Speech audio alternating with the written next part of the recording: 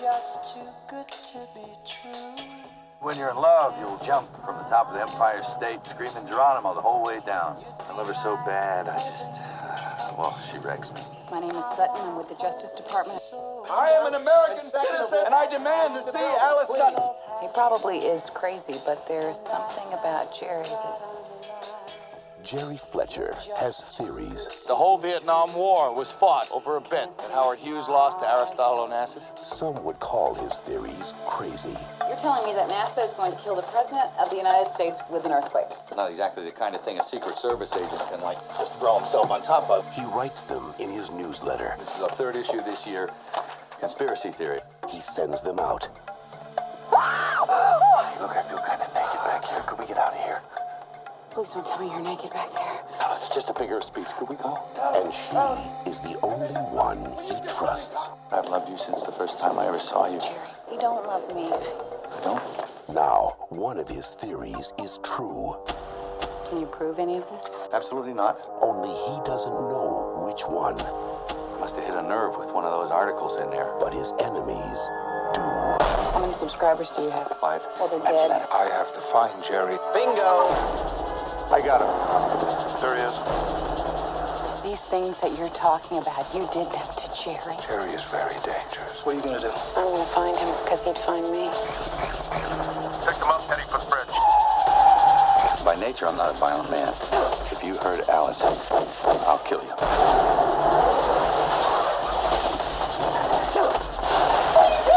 I'm torching my house. Oh my God. Get down in this hole.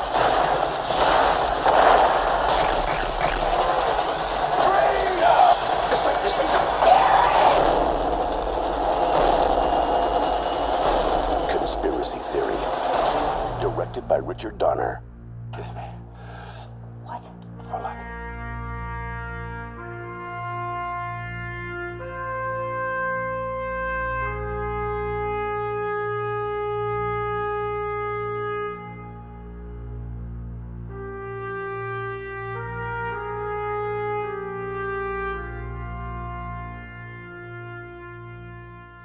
Welcome to Unclear and Present Danger, a podcast about the political and military thrillers of the 1990s and what they say about the politics of that decade. I'm Jamel Bowie. I'm a columnist for the New York Times opinion section. I'm John Gans. I write the Substack newsletter on Popular Front. I'm a columnist for The Nation, and I'm the author of When the Clock Broke, Conmen, Conspiracists, and How America Cracked Up in the Early 1990s, which is available wherever good books are sold. A book that helps explain our current predicament. Yeah. Predicament, permanent status quo. Who knows what it is? The way things are now. The way things are now. Yeah. How we got here and why it sucks. Well, you know why it sucks. Sorry, I just took a sip of this chai I'm drinking, which is a little too hot. It's really good. I make my own chai mix, right? So it's cardamom, black pepper, fennel, cinnamon, ginger. What else do I throw in there? And clove. That sounds delicious. I love chai. It's so good. It's very spicy. I like it. The black pepper adds makes nice and spicy. But I gotta say, Jamel, guy who makes his own chai mix is not exactly beating the coastal elite allegation. Fair point. Fair point. But what can I say? I buy mine at the store. But no, that sounds delicious. I'd love a cup of chai right now. But this isn't the chai podcast. No. Although I could talk about chai for a while. This is a podcast again about political and military thrillers. And on this week's episode, we watched the 1997 action thriller Conspiracy Theory, directed by Richard Donner, which I had forgotten it was a Donner movie, and I was watching it. And then I'm writing it to do my write-up here. And it's like, oh yeah, Donner. That explains a lot about this movie. And it stars Mel Gibson, Julia Roberts, and Patrick Stewart, the great Patrick Stewart. In Conspiracy Theory, Gibson plays Jerry Fletcher, a cab driver who is consumed with all manner of conspiracies, using his captive audiences to share his ideas and delusions. He is fixated on Alice Sutton, played by Roberts, a Justice Department lawyer who tolerates him because he once saved her from a mugging.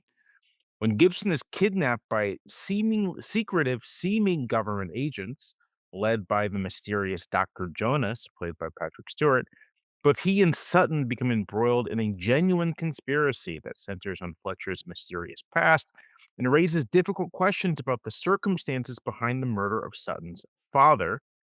I gotta say, I was looking back at the summary, like the official summary of this movie, little synopsis, and it was like, Mel Gibson is a cab driver obsessed with conspiracy theories, except one of them is true. But that's not what happens in this movie. One of the conspiracy theories he's obsessed with isn't true. He just Yeah. happens to be a person in a conspiracy theory. Sorry. I just that it's like really Yeah, misleading. that's like really misleading, and you kind of think that that's where the plot is going, and then it Right. just totally takes a U. He's just he's just fucked up. Anyway, we'll talk about it, but keep going. Conspiracy Theory was a bit of a hit. It grossed, I think, like $70 million domestically, $60 million internationally, for a total of $137 million, and it ended up displacing Air Force One at the box office the week it came out. The critical response, this was somewhat surprising to me, was mixed, but not altogether negative, with most reviewers basically just criticizing its script, right, and its plotting, but ultimately being like, this is a perfectly fine movie to see on a Friday night, right? Like, they weren't like, this is trash, just sort of like, yeah, this is a bit generic and predictable and worth seeing. I think this movie's very bad. Yeah. So, It's pretty bad. the taglines for Conspiracy Theory were, they knew too much, I guess. What you know could kill you, I suppose. What if your most paranoid nightmares had just come true? Which to me sounds like a question that Jonathan Frakes would have asked on like Ripley's Believe It or Not. Yeah. But Yeah. what if your most paranoid nightmares had come true?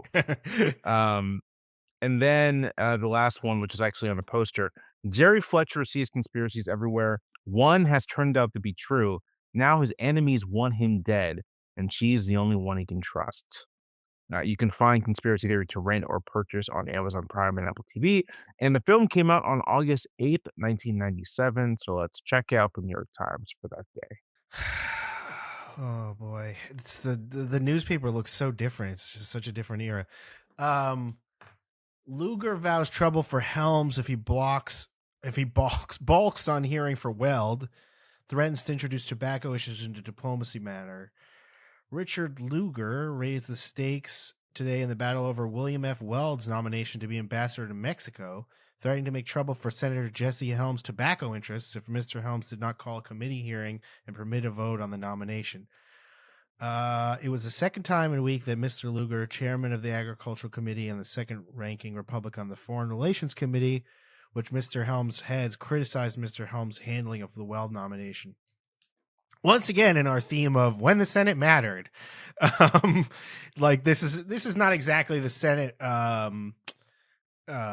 taking it to the executive. In a way, it is because Jesse Helms is being a pain in the ass for an attempted appointment of a Clinton administration person, and a fight between two senators is front page news. Of course, Jesse Helms is one of the United States Senate's biggest pieces of shit of all time, and that's All-time dipshit.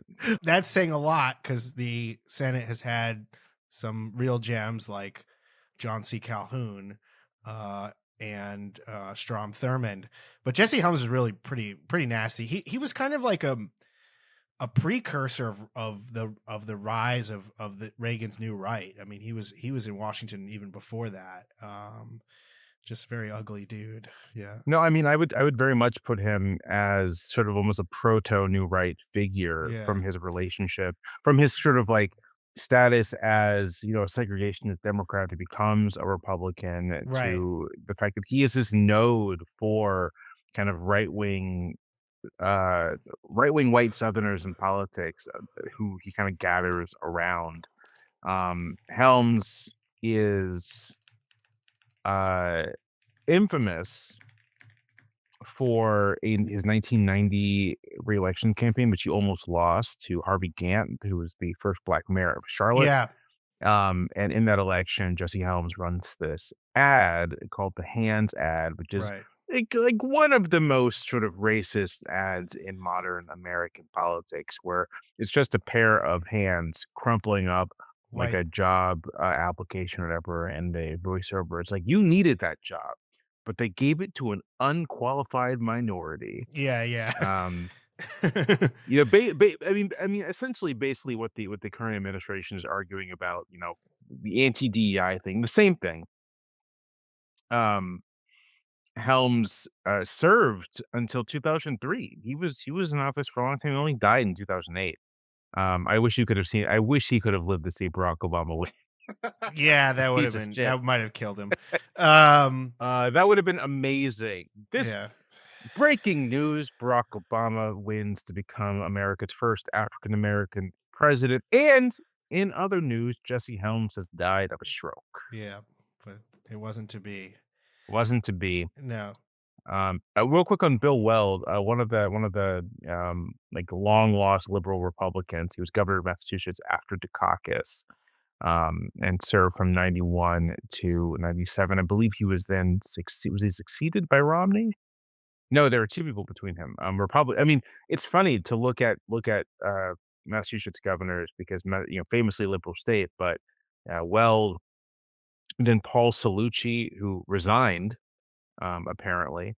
For I don't know anything about him, and his lieutenant governor took over, Jane Swift, and then Romney is elected in 2003. Um, and really, Massachusetts, since basically since the 80s, Massachusetts has had three Democratic governors: Dukakis, Deval Patrick, and the current governor Moira Healey. But otherwise, it's been Republicans. What else we got here? I mean, this is such a boring mid '90s. Um, Scientists find cause of death of brain cells, which I think includes movies like the one we just watched. Uh, for one more, Landmark settlement ends yeah. Hispanic housing bias suit. Oh.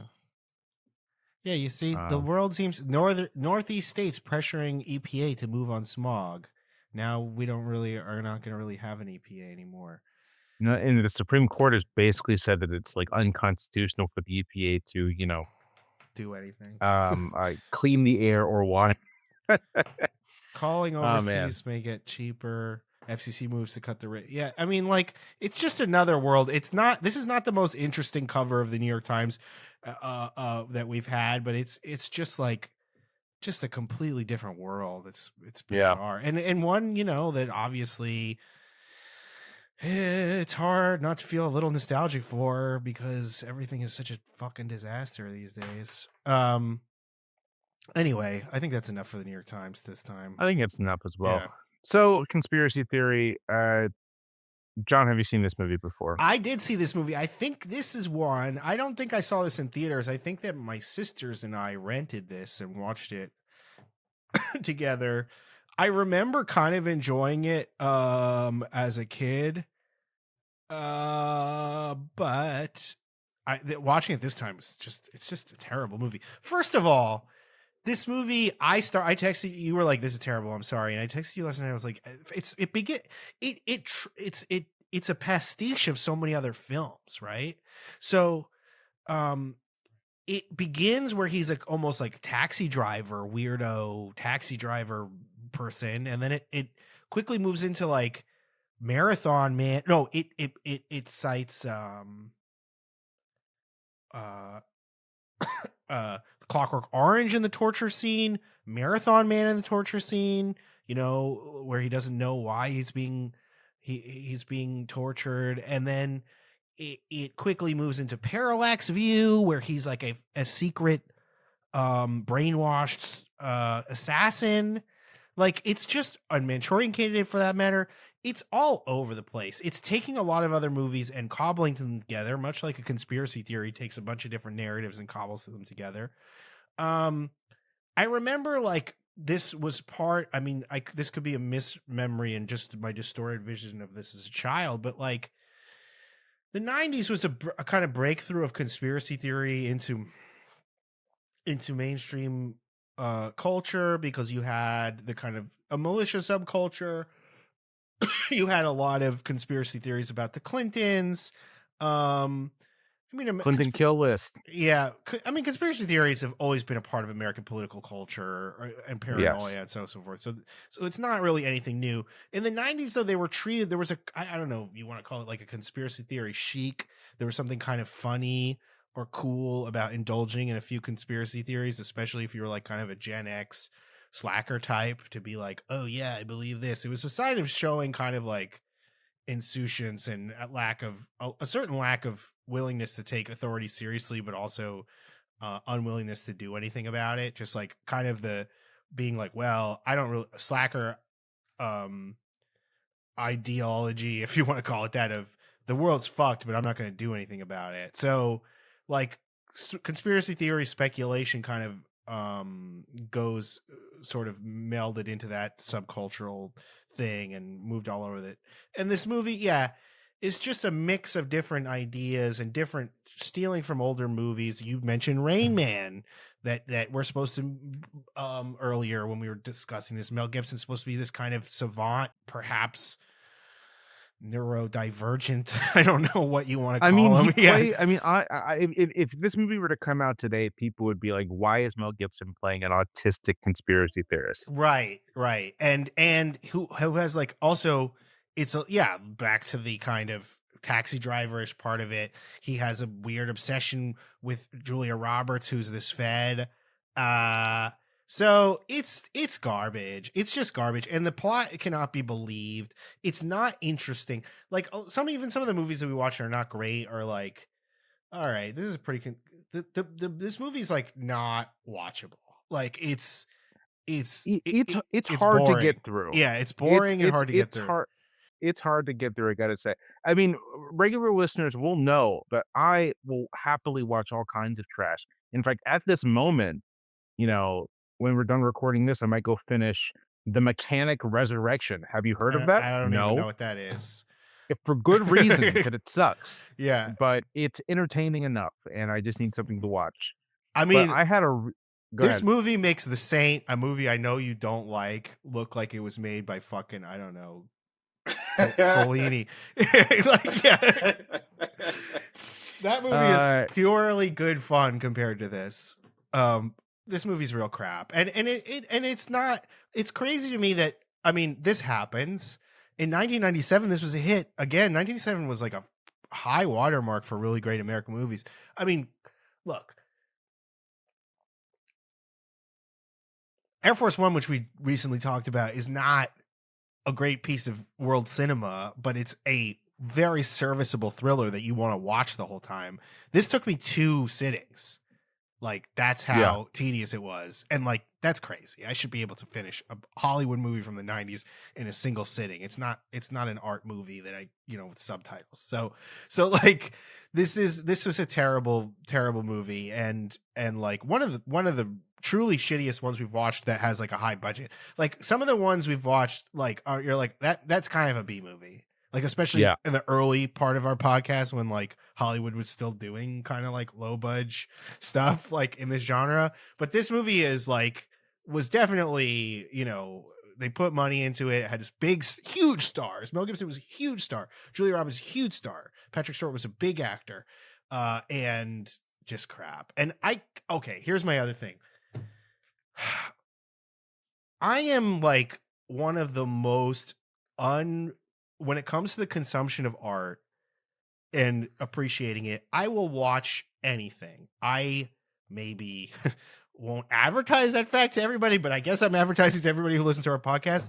I will watch a Roman Polanski movie. I will watch a Woody Allen movie.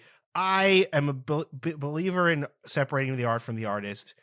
The only person, and maybe this is a little bit parochial for my own concerns, one person that I actually kind of struggle with is Mel Gibson, where I find him to be so gross. Because, and maybe that's because it's his politics and not his misbehavior. I don't know if that means, because it's not just like I'm a shitty dude who did bad things because I'm like a weak human being, but he's like, no, I believe this is the way the world should be, like is sort of offensive to me. So the Mel Gibson just grosses me out. I can't stand him. He's a giant anti-Semite, and I find his like him to be disingenuous and nasty, and he just he's one of my least favorite people in Hollywood, and I am not a fanboy of many Hollywood actors.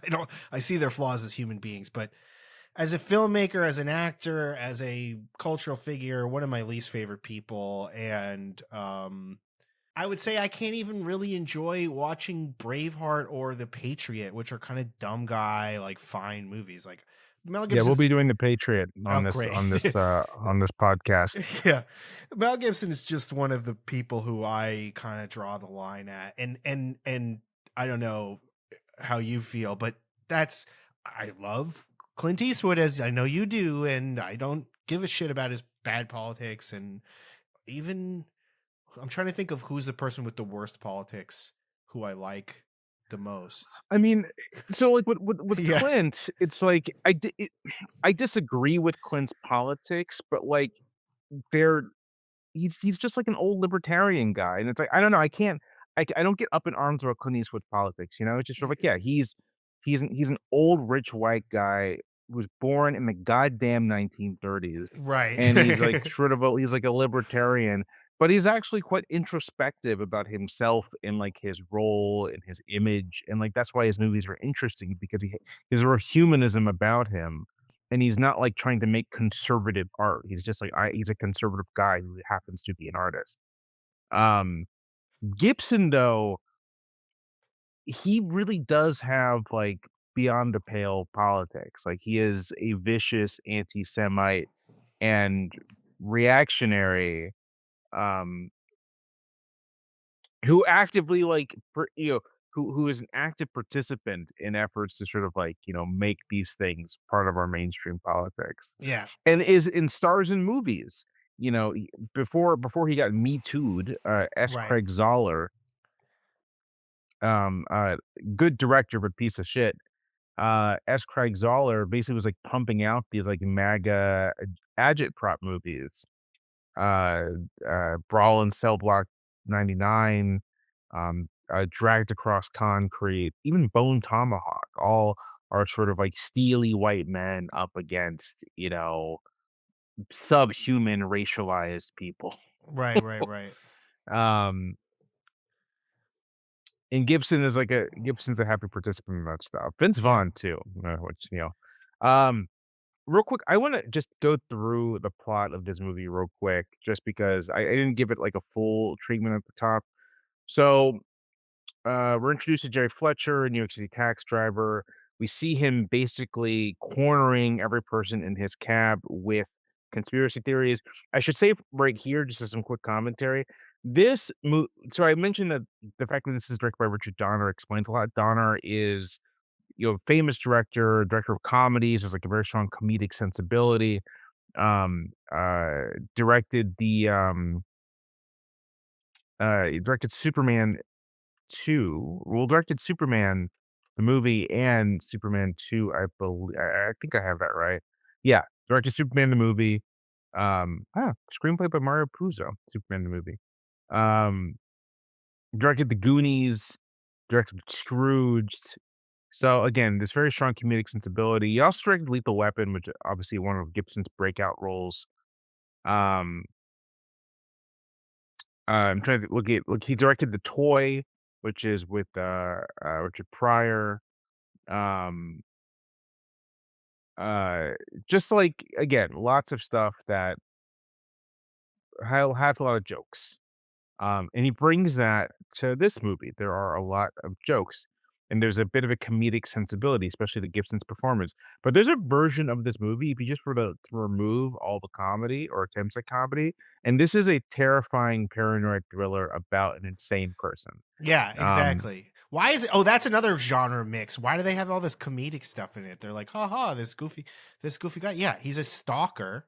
He's peeping on a woman in the part of the movie, and we're and it's supposed to. it's played as like almost heartwarming. It's like, no, this is really scary. Yeah, he's a stalk. It's like an insane, like I don't know. There's sometimes like there's all these movies where if you change slight emphases, like you get a completely different message. Yeah, and this movie kind of like portrays behavior and beliefs that are totally wacko, and is like, oh, this person is kind of charming and interesting, and it's like, no, this guy is a disturbed individual In fact, who's if yeah if I were a person with too much time on my hands, it would be easy enough just to like change the score and yeah change the editing. Like an edit job and a score job, and this movie is it's like terrifying. like It's a like horror movie, yeah, a yeah. thriller about an insane stalker.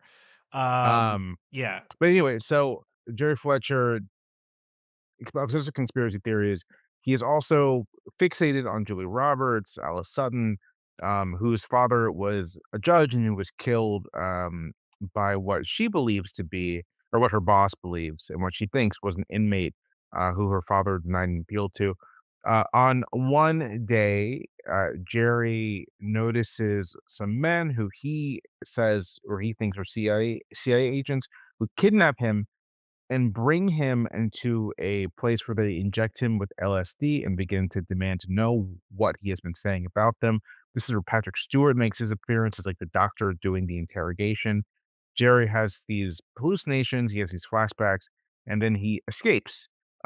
He runs to Alice at the Justice Department for Alice Sutton and is arrested there and then taken to the hospital.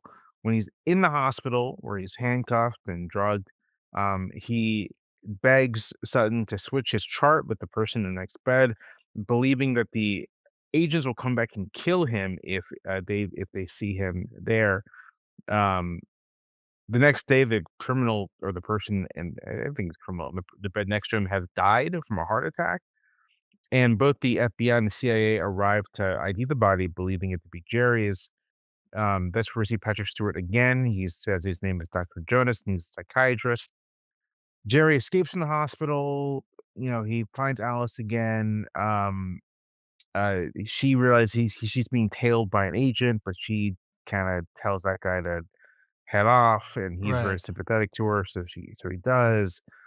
They return to Jerry's apartment, where he is like, my conspiracy newsletter may have produced the interest in him. Alice in his apartment clocks very quickly that this is a lonely and paranoid guy, sees all these copies of Catcher in the Rye that he's never read. And basically she's like, he's a crazy person. At this point, the SWAT team breaks in. Jerry kind of sets his home on fire. They leave rather through a trap door. It's at this point that Alice sees a mural of her riding a horse that Jerry has produced, which freaks her out justifiably. Again, cast this movie a little differently, and it's very scary. Um, they go to Alice's apartment where Jerry kind of accidentally reveals that he has been watching Alice and following her, and that he's basically in love with her, and she kicks him out. He goes to a bookstore, um, compulsively buys a copy of Catcher in the Rye, and then the CIA goes after him again. Alice ends up cooperating with the Justice Department, and Dr. Jonas to find Jerry. She's a bit suspicious, so she begins trying to figure out what's going on, begins calling each person on Jerry's mailing list for a newsletter, describes that all but one have recently died. And she goes to the one who hasn't died, Harry Finch, who turns out to be Dr. Jonas. And this is like maybe an hour and 30 minutes into the movie. And this is where we learn what is actually happening here. What's happened here is that Dr. Jonas helped develop the MK Ultra program, brainwashing ordinary people to turn them into assassins. We should probably, after this, do a quick explanation of what MK Ultra actually was. But in the film, a program to brainwash ordinary people into assassins. The techniques were stolen by an unknown party, and he needs Jerry to identify them. Jonas also tells her that Jerry was um, an assassin who was contracted to kill her father, and this is what gets her to agree to trying to, find him. I'm getting this is getting tedious. So, there is she finds him at the stables where her horse was. She confronts him. Jerry's like, "Hey, listen, yes, I was programmed to kill your dad, but I didn't do it. I saw you, and I was like, oh, she's so beautiful, and so I didn't do it. And I tried to help him and save him and everything. And someone else was sent to kill him. The movie kind of reveals that all sorts of assassins have been kind of like brainwashed in this program.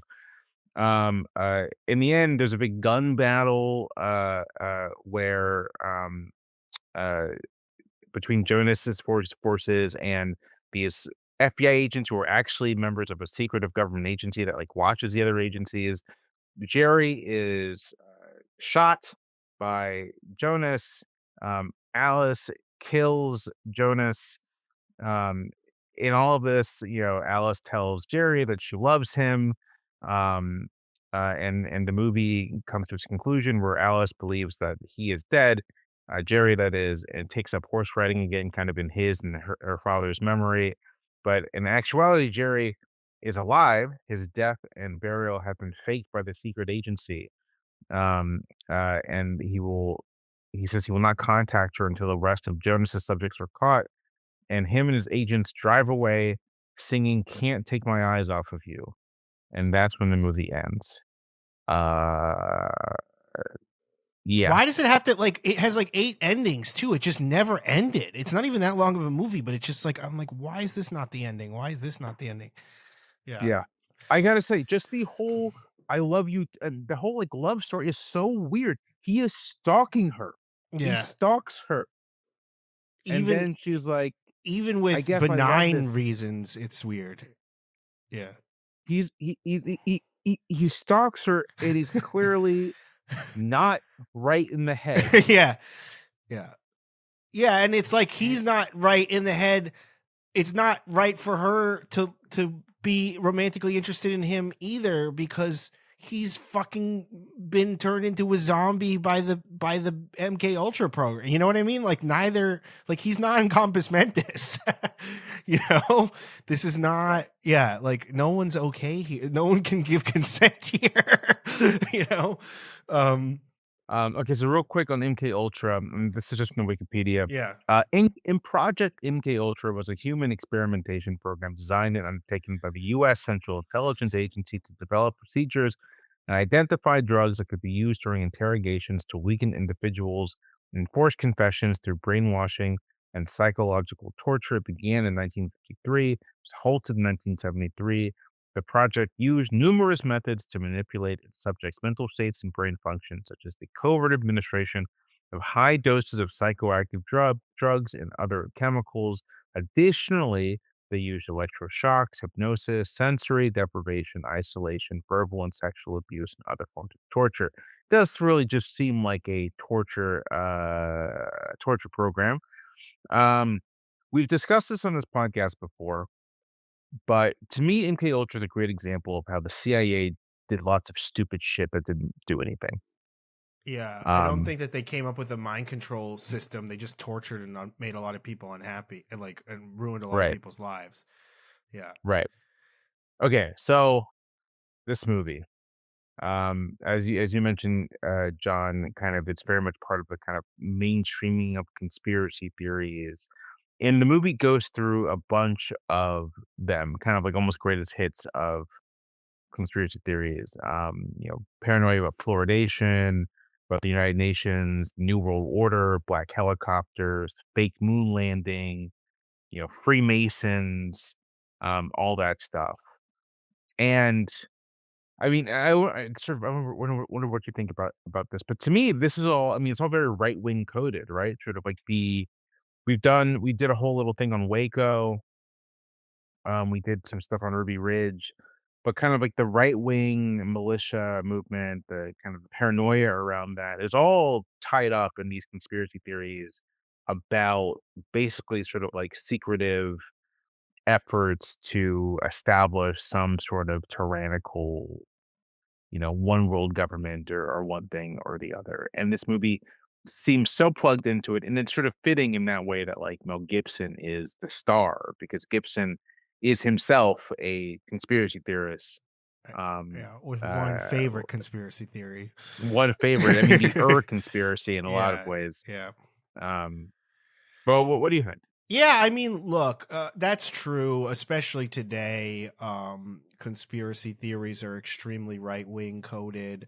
Um, but there was a tradition, if you want to call it that, in the US of left leaning conspiracy theories, which I think made the movie, obviously you had a lot of this kind of, I would say there's like a left populist tradition of conspiracy theory, which is represented in suspicions about corporate power, about institutions like the CIA, institutions like the NSA, and have a roughly not Marxian, but kind of, oh, well, the government is some vast conspiracy of extremely rich and powerful people to do what they want, which is not exactly untrue, but like is a gross oversimplification and sometimes mystification of that.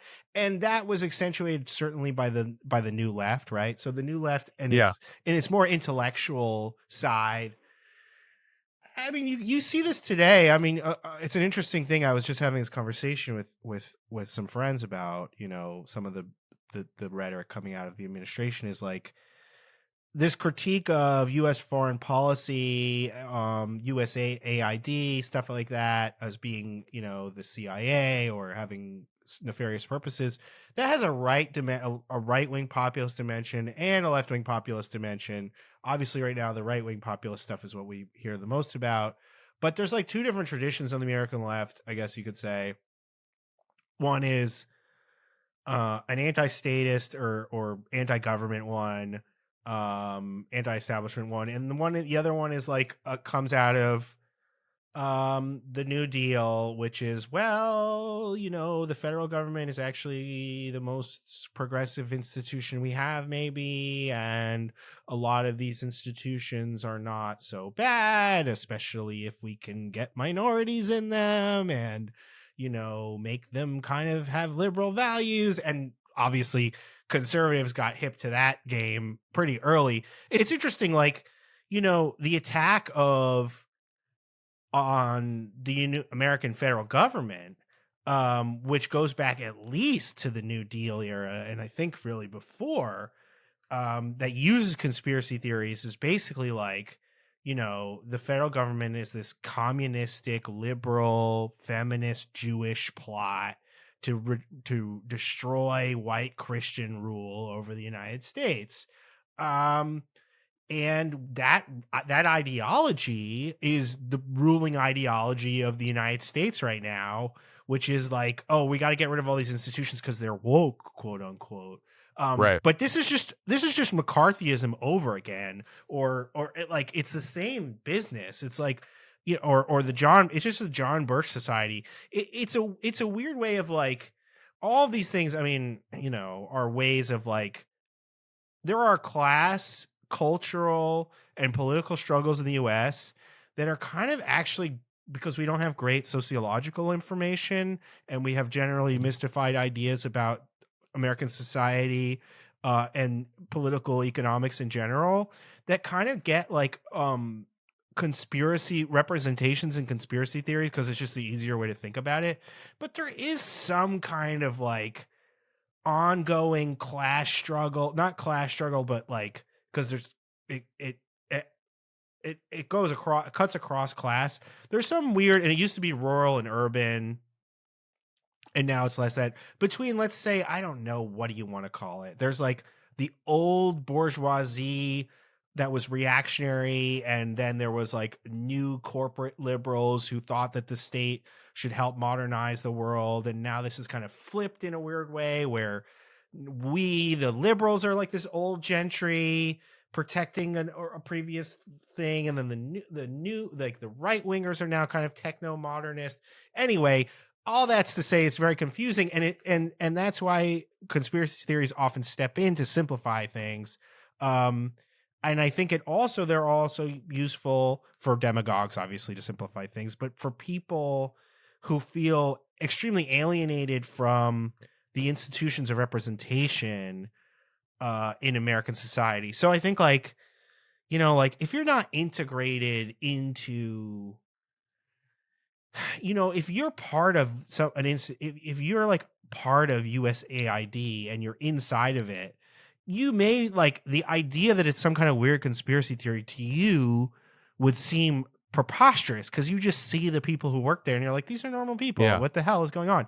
That being said, there's another side of that is like, well, when you're part of an institution, you naturally kind of want to reject the critique of it because you're like, that's absurd. Of course, I'm not saying parts of the American government are above criticism, or that everybody, like, just because nice people work. Look, I would say that probably most of the people who work at the CIA and the FBI, if you met them, are pretty nice, normal people you wouldn't mind having a barbecue with. Now, does that mean everything that their institution does is good? No, of course not.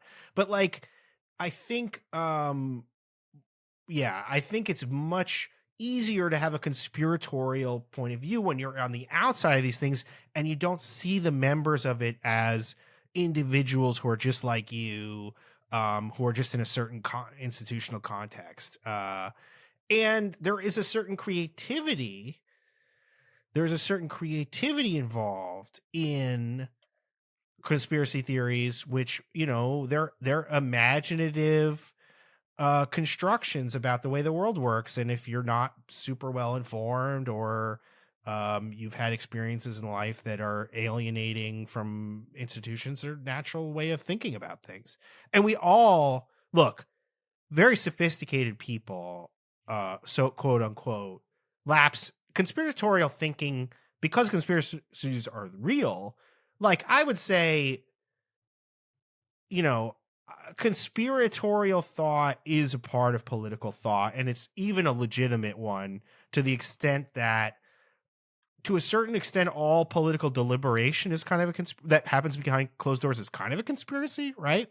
So like, Right. anything like when the media is not there, what the president is doing with his advisors is essentially conspiring,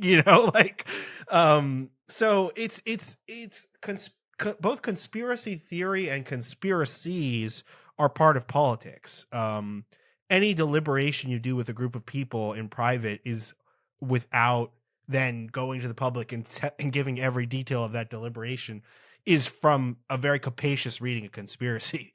So, do I think that the US government right now is a conspiracy of right-wing oligarchs to strip the government for parts in their own interests? Yes. So I've become much more conspiratorial. Now, when you lose power, you get very conspiratorial. I have become much more conspiratorial now. When my guys were in charge, I was like, oh, come on, don't be absurd. But now I'm willing to believe whatever you tell me. They're doing mind control experiments on people. And it's partly because it's sort of true. I mean, like, it's not as dramatic and gothic, but that's sort of what politics is. I mean, it's powerful people in private coming up with plans for your life that they may not be telling you everything about. And they may, in fact, have decided to intentionally mislead you because they think that's the only way to get it done. So, like, politics is a series of conspiracies. Now,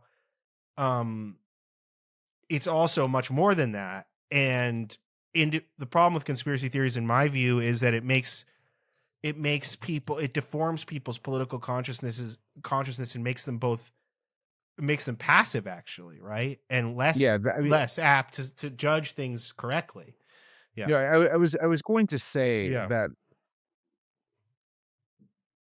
I think it's worth making a distinction, right, between political plotting and kind of like lowercase c conspiracy, right? Right. Sort of people engaged in behind doors conversations, planning, plotting, that sort of thing. And conspiracy theories, which really are They're these metaphysical. Yeah. right, these metaphysical broke narratives, which all kind of center on the basic belief that nothing can be random, right? Nothing can be chance, nothing can be a function of just, human societies doing the things that human societies do, but instead, everything that seems like a deviation from what you imagine the proper order of things to be is the direct result of not just secretive elites doing something, but like active and directed plots, right? Active. So that's why, I mean, that's why I would distinguish between like Doge is a lowercase c conspiracy, right? Like a bunch of powerful people kind of behind closed doors, secretively destroying the capacity of the federal government to do anything. I would distinguish that from the kinds of populist right, populist left conspiracies about USAID as sort of like, oh, well, there were no actual protest movements in 2020. It was just that this government funded agency was spreading discontent, was trying to do a color revolution in the US or whatever. And sort of the latter thing is both again sort of like someone pulling the strings, but also, I think the passivity is a really important point. There's a vision here in which no one has agency other than these secretive people, the ordinary people, or even sort of like, mid-level political elites. No one has any agency. The protest movement, people weren't independently, reacting to things that they experienced. It was all just a plot. If you go to the civil rights movement, you'll find similar kinds of Yeah, it was the conspiracizing about. communists. Right. It was the communists. It was like no one could possibly be exercising agency. They must be under the control of someone else. And to me, it's a reflection, right, of just sort of of people having a rigid notion of how the world works and ought to work, and are unable to fit basically contrary information into that. I'd also say that like it's a function of a difficulty with abstracting, right? I just when you were speaking earlier, I went to my bookshelf and I grabbed Bernard Bailyn's The Ideological Origins of the Yeah, American yep, Revolution, yep. Great book. a very famous book. And he has in the middle a section it's called a note on conspiracy. As I've indicated at length in chapters 3 and 4, the conviction on the part of the revolutionary leaders that they were faced with a deliberate conspiracy to destroy the balance of the Constitution and eliminate their freedom had deep and widespread roots elaborately embedded in Anglo-American political culture. And the rest of the chapter is kind of just discussing this. But one of the things that you can take away from that discussion is that part of why there was these deep roots of conspiratorial thinking is that the notion of social forces was really difficult for people to wrap their heads around, right? Like it was not intuitive or easy to grasp the idea that in fact people acting independently and autonomously in groups, like their actions collectively produce certain conditions that make certain outcomes more likely than other outcomes. No, what it has to be is the crown is actively plotting against us, right?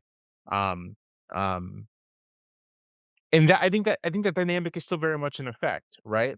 Like the difficulty in perceiving social forces, the rejection of the idea of social forces in favor of no, there are just discrete individuals. It's the Rockefellers, it's the Trilateral Commission, it's Right. If we whatever, just got whatever. rid of these Um, people, then everything would be okay too. Is like, but the thing about that is, well, okay, true. I agree with that, but I definitely do have trouble. I mean, like as in trying to analyze the politics of the present moment, you talk about contingency and chance events and just the way the world doesn't, have a rational pattern, and the tendency of conspiracy theories is to over rationalize and see designs within everything. I have trouble, and it's a difficulty and one that I think I do a decent job of getting through in analyzing the present administration, where there are a lot of reasons to believe that it's highly chaotic, filled with incompetent people, led by a person who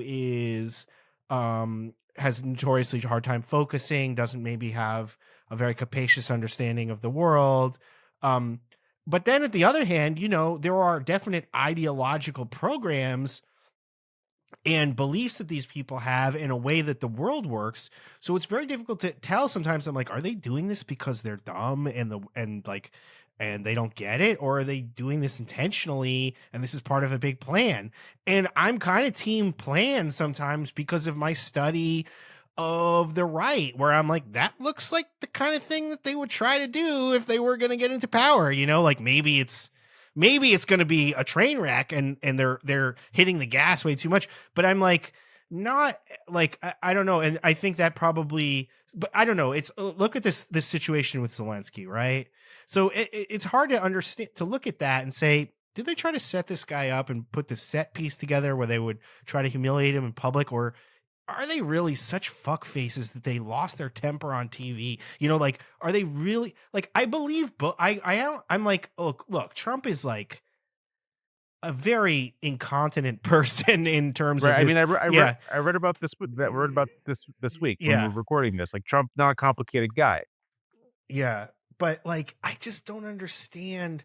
Like, I'm like, well, yeah, but they have this ideological commitment to this anti-Ukrainian view. So I'm sure they went into this with some level of deliberation.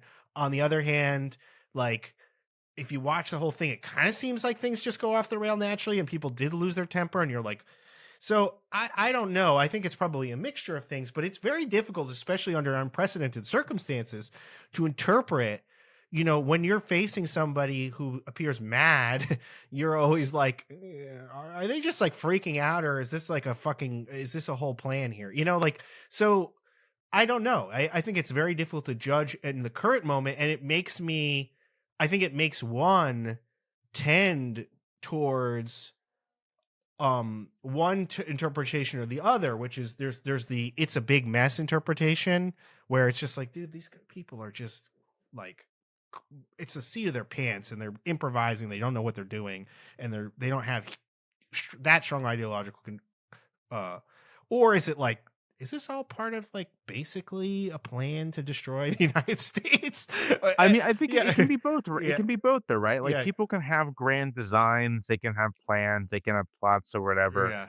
But actually actualizing those things is very difficult, and just as often they're just like doing stuff, right? They're just like trying things, right, and seeing what happens. I mean, this is, the what's his name, Eric Rauchway, a historian of the New Deal, will make this observation about FDR, right? That like the old sort of conventional wisdom is that like there wasn't really a New Deal. FDR didn't really come in with any ideas. Rauchway shows that that's wrong. That Roosevelt really did have a set of ideas that he wanted to pursue, but at the same time, it's sort of like you're also experimenting. You are also kind of improvising once you're in power. It's a combination of the two. That's why, I mean, that's sort of what the kind of conspiracy theories of the kind that we see in this film.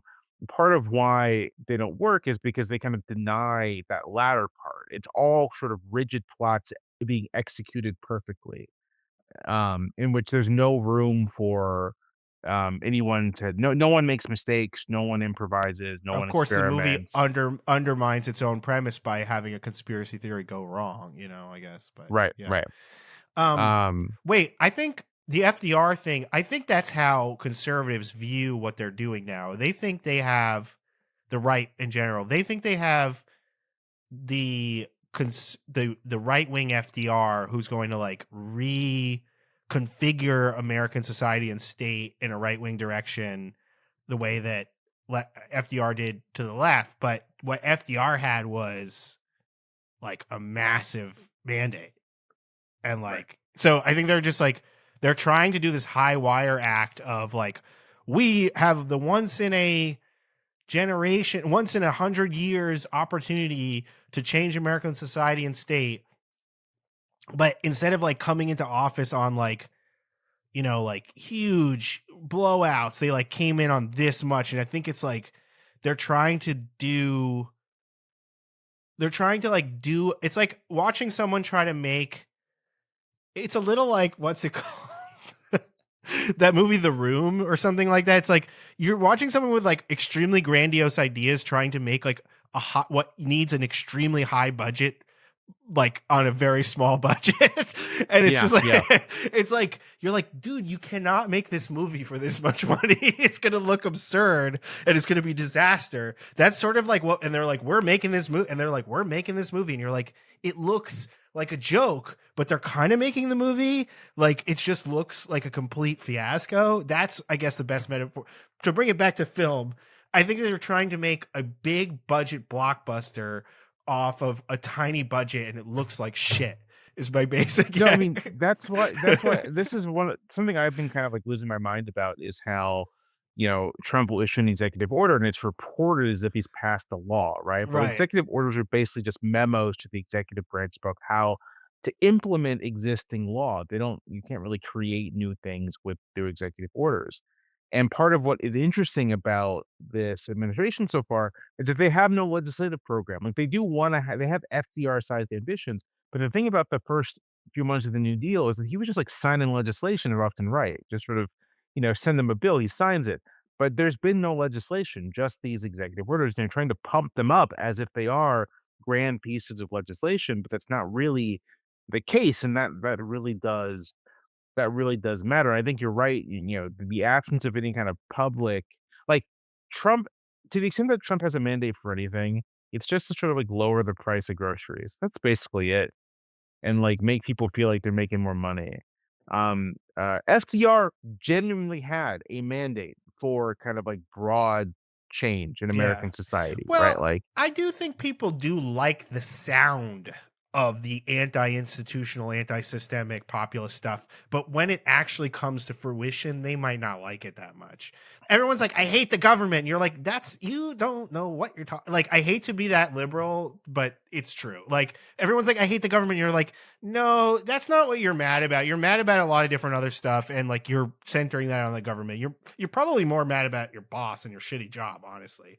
Like, you know, and the fact that it does suck. I will say this though, and now that we're coming to tax season, I will say, as a taxpayer, and I don't often identify that way because I think it's kind of fundamentally right wing, it does kind of suck to pay taxes and then be like, where is the fucking infrastructure? Like everything, you're like, I'm paying taxes and everything looks like crap.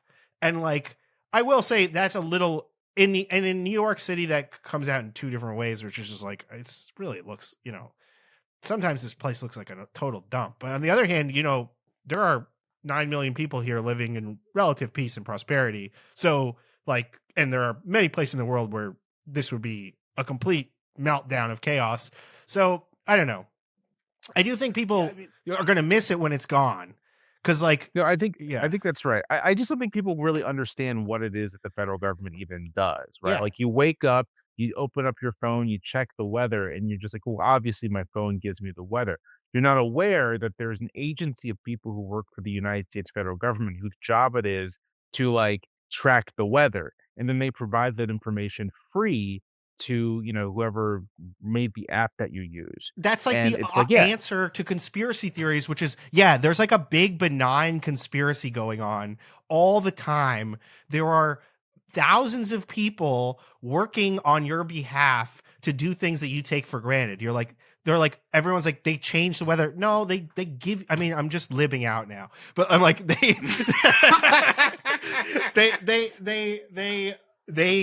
give you what the weather is. It's like, they're in a way, like people just have this total, it's sad. It's just like, yeah, you know, like we've built a lot of institutions. Like there are a lot of institutions in the United States that are fucked and serve people extremely badly. And then there are a lot that are just like fairly benign and like, and have no moral dimension one way or the other. Like the fucking weather service. It's just like, yeah, like, you know, and then over the years, like in the miracle that the Congress actually does something, they put together this organization, and it's just been working behind our backs without anybody thinking about it twice for like 50 fucking years or 75 fucking years. And it just was a basic part of American life.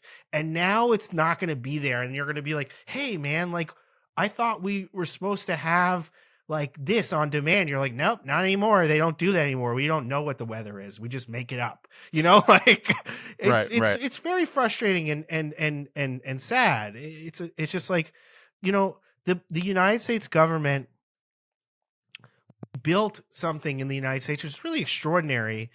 Not anybody's not a right winger's perfect dream, not a left winger's perfect dream, but like a pretty amazing country, like a very rich place, a place where, and now we're just seems to be like we're giving up on it. For what? Yeah. I mean, I think it's out of boredom, basically. Yeah, you're just like, yeah. Yeah. That's, and I do think that's boredom and Fukuyama's ignorance, take. Yeah, I'm kind of Fukuyama pilled on this. Just sort of like people are so bored with prosperity. I mean, people are so bored with prosperity that they'll insist that sort of like, I'm making more money than I ever had in my life, but the economy's terrible, right? Like that's sort of where a lot of Americans are. I think there's a lot of just basic ignorance. Like people take for granted that, for example, your grandparents get their Social Security payments on time without any trouble. You don't have to contact anyone. You don't have to bother anyone. Just sort of like clockwork, your parents or your grandparents get their Social Security checks.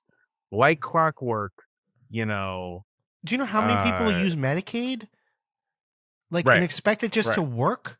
Like, thinks like for as much as there is dysfunction, a lot of stuff our government does just works. Yeah. And it's taken for granted. And I think you're right that once it begins to deteriorate, people are going to miss it. Now, my fear is that it'll start to deteriorate, and this will dovetail with the right-wing ideas about how government can't do anything. Yeah, so Social Security isn't paying the checks on time, so this means we have to cut it, right? Well, that's a pretty neat trick that if they can pull that off, then game over. Like if they can continually make everything bad that they're doing look like actually it suggests that our programs need to be doubled down on. All right, you got some cheat code, you win. Like that, but I just don't think, speaking of the contingency of the world, I just don't think that that's possible. I don't think that they can convince people that we're the ruling, and they don't have the powers of mind control. They can't say like, oh, well, it's all the last administration's fault. And, every time something bad happens, we got the right answer for that. Like, that's a tough one to do. Like, if they fuck things seriously, they're not going to be, no one, as so long as there's free elections and somewhat of a free press, I think that's a huge, heavy lift to be like, well, this just proves the theory of our case even more. Don't you? Yeah, I think it's a huge lift, but I wouldn't just underestimate just the insane cynicism of so many people. I don't know. This is where I'm going to get into sort of like my what I've been describing as like my social democratic George Will era, which is just like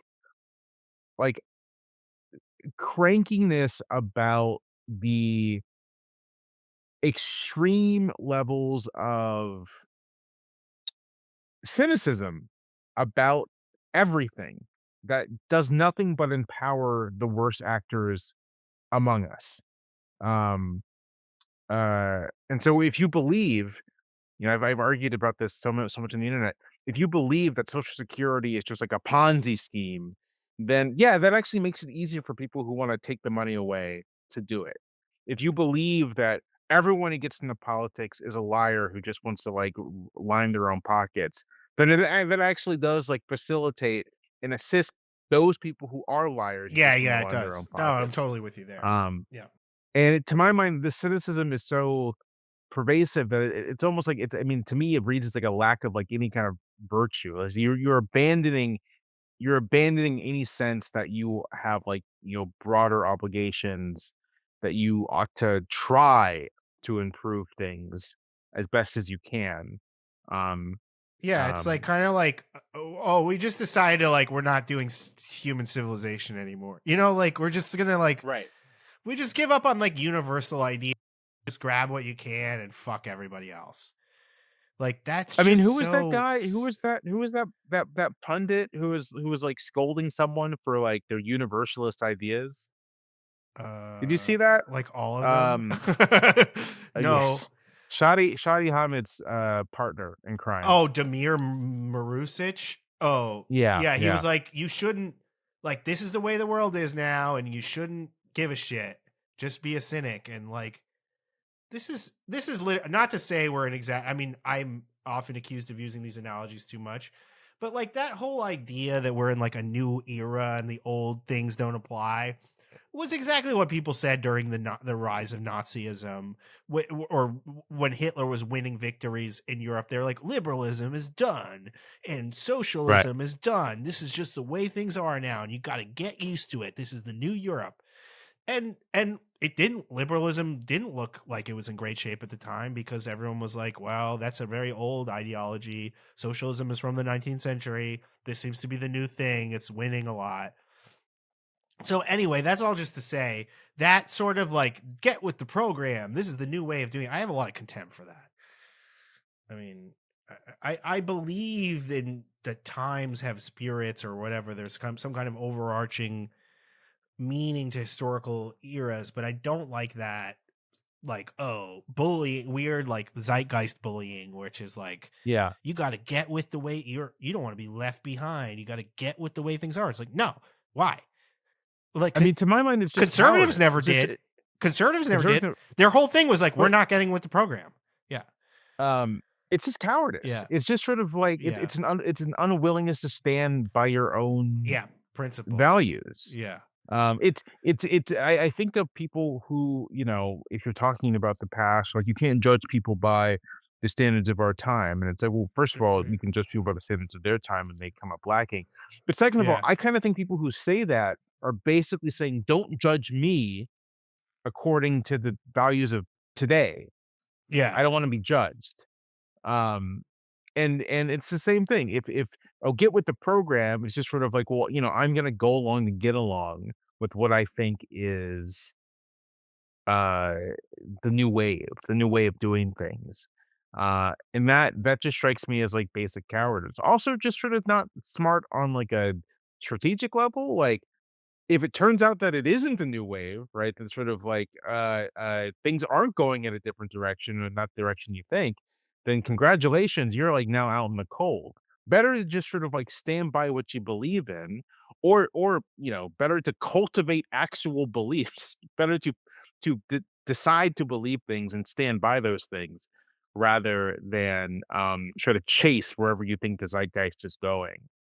But that's asking too much, I think, of a lot of people, among them America's commentary class and politicians. Yeah. And also, like, people just also, I mean, everybody writes the same fucking column. You know, you go, you like, I've seen listeners, like, now we're going to gripe about our day jobs. Okay, all right, sorry.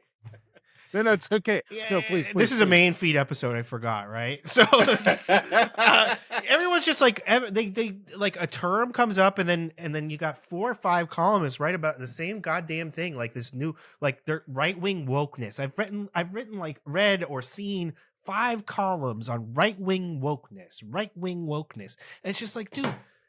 Once somebody gets there first, like, okay, maybe that's a clever way of looking at the first column. Don't all 6 of you write about a column. And that's how things get turned into a thing. You know, they're like, oh yeah. And then people just start repeating, and you're like, well, can you be specific? And you're like, nope, I don't need to be specific because I read it in the newspaper.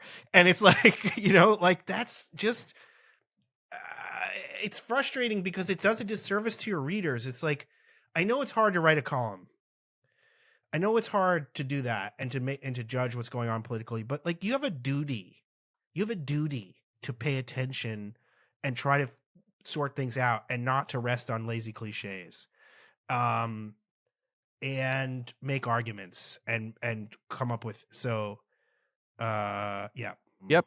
I agree. Anyway, I think we both try to do that in our jobs anyway, but that's neither here nor there as far as this podcast.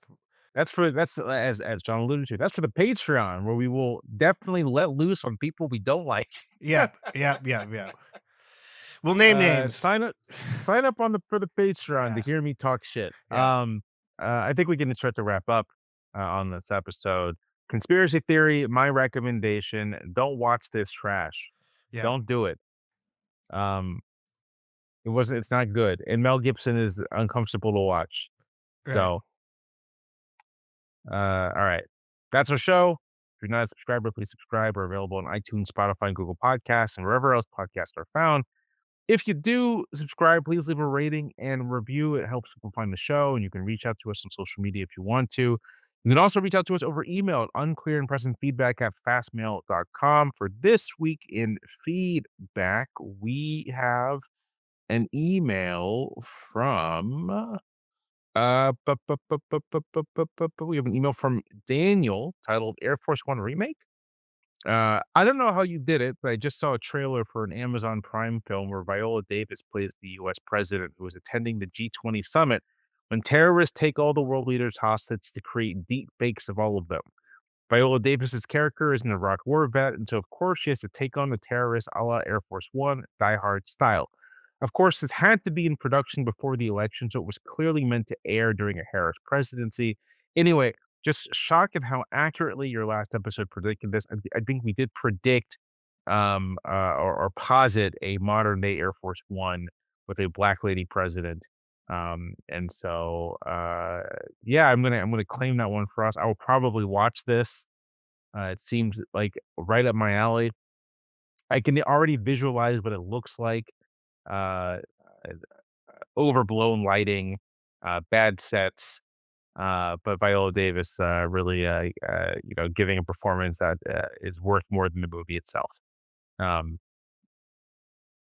yeah, thank you for the email, Daniel. Episodes of the main feed come out every 2 weeks, and so we will see you then. Okay, I want to pitch something to you. I meant to pitch this to you before the show, but I'll do it yet now.